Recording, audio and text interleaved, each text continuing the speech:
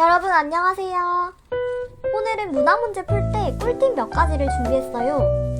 예나 채널.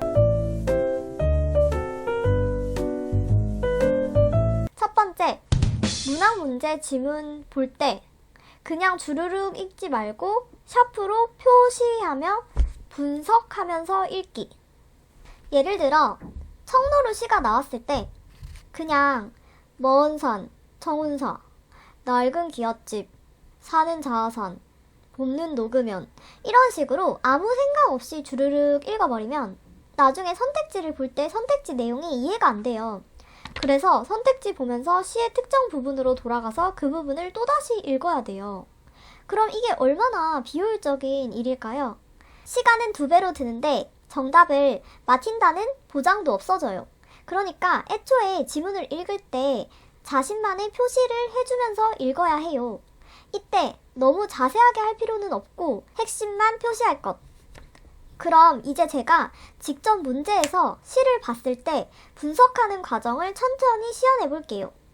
실제로는 이 과정이 머릿속에서 엄청 빠르게 확 이루어지지만 구독자님들이 이해하기 쉽게 천천히 해볼게요.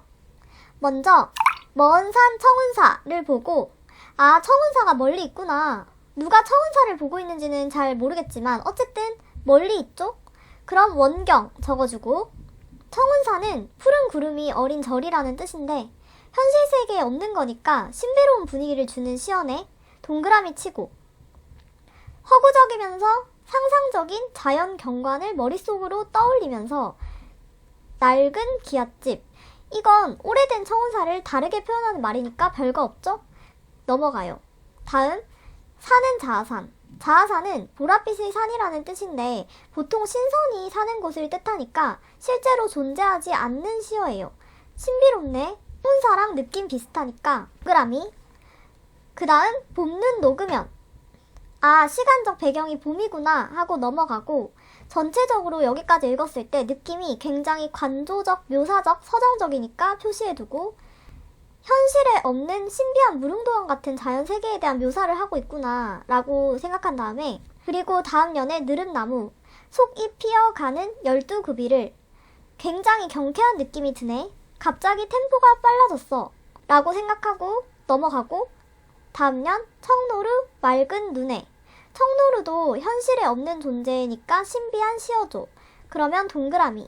근데 청노루 눈에 도는 구름이라고? 아, 청노루 눈 안이 화자 눈에 보일 정도로 거리가 가까워졌구나. 그럼 근경. 근경 표시. 아, 그럼 결국 이 시의 중심 소재는 청노루. 청노루는 푸른색 노루. 세상에 없는 신비한 존재고 청노루가 보고 있는 청운사 자아산도 신비한 공간이네. 현실에 없는 이런 이상형의 세계를 보여주는 이유가 뭘까? 시인이 이상적인 세계를 추구해서 그런 거구나. 아, 바로 이게 주제네 라고 생각하는 거죠. 그리고 이 시가 주제를 표현할 때 관조적이고 묘사적으로 시상을 전개할 땐 먼 거리에서 가까운 거리로 하고 있다는 걸 알 수 있어요. 이런 식으로 분석하면 머릿속에서 시의 주제가 알아서 다 요약이 돼요. 선택지가 이제 그냥 다 풀리게 될 거예요. 그럼 선택지를 볼까요? 1번. 묘사된 자연이 상상적, 허구적이다. 묘사된 청운사, 자아산이 상상적이고 허구적이었죠? 맞았고 2번. 이상적 세계에 대한 그리움을 노래하고 있다. 현실에도 없는 자연의 모습을 왜 시에서 굳이 얘기했을까요?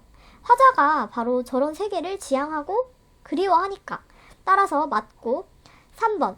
시적 공간이 원경에서 근경으로 옮아오고 있다. 맞죠? 표시했었죠?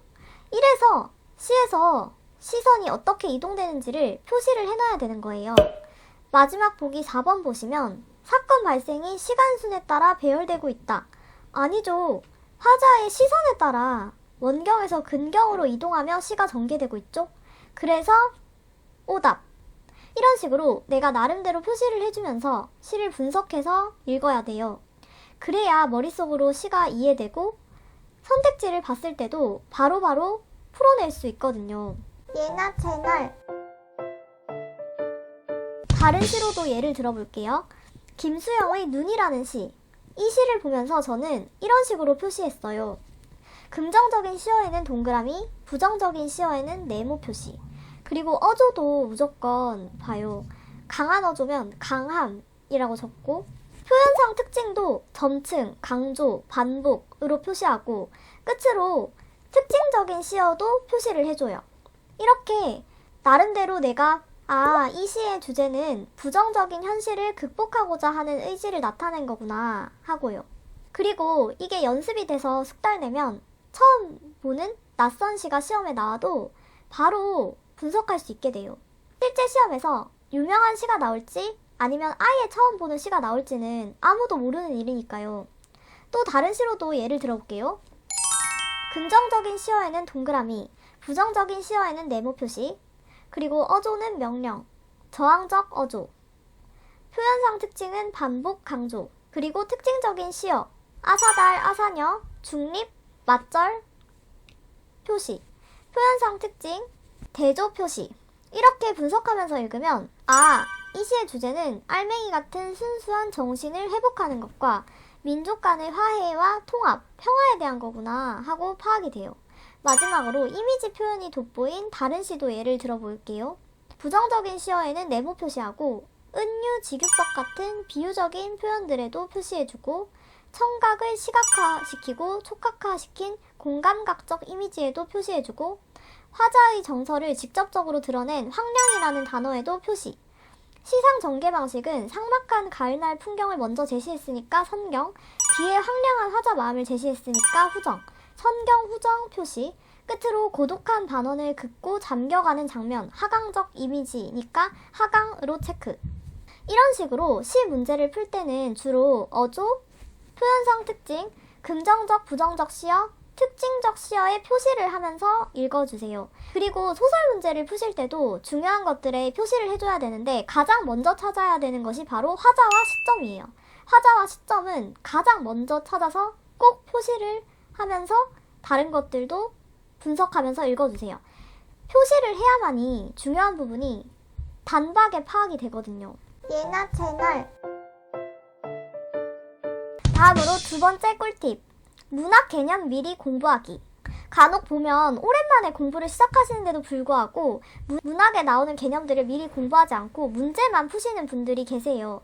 왜냐면 영어와 다르게 국어는 우리말이어서 진입장벽이 낮다 보니 문학에 대한 기본적인 개념 공부 없이도 기본적으로 어느 정도 문제를 풀 수 있다는 생각을 흔하게 하기 때문이에요.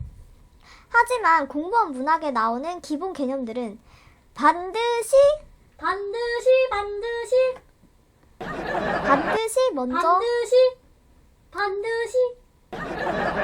먼저 공부하고 들어가야 기본 개념에 근거하여 정확하게 문제를 풀 수 있거든요. 특히 표현 기법. 문학 개념을 공부하다가 생소한 수사법이 나오면 그때마다 바로 공부해주세요. 생소한 표현 기법 예시를 정리해놓거나 틈틈이 자주 봐서 익혀줘야 얼마나 뜨겁게 익혀야 되나요? 문학 문제에서 지문을 봤을 때 바로 파악하는 힘이 생긴답니다. 자, 마지막으로 너무 주관적이고 근거 없는 해석은 하지 말기. 예를 들어 시 문제라고 하면 시를 보고 시의 그 느낌만으로 내가 내 마음대로 판단하는 게 아니라 시의 특징을 나타내는 요소들을 뽑아내서 가려내는 식으로 근거를 찾아야 하는 거죠.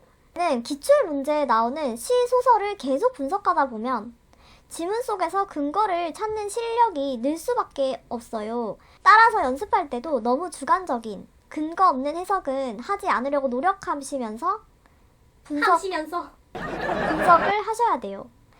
연습만이 답입니다, 여러분. 항상 객관적으로 작품을 분석하고 근거를 기준으로 생각하려고 노력해주세요.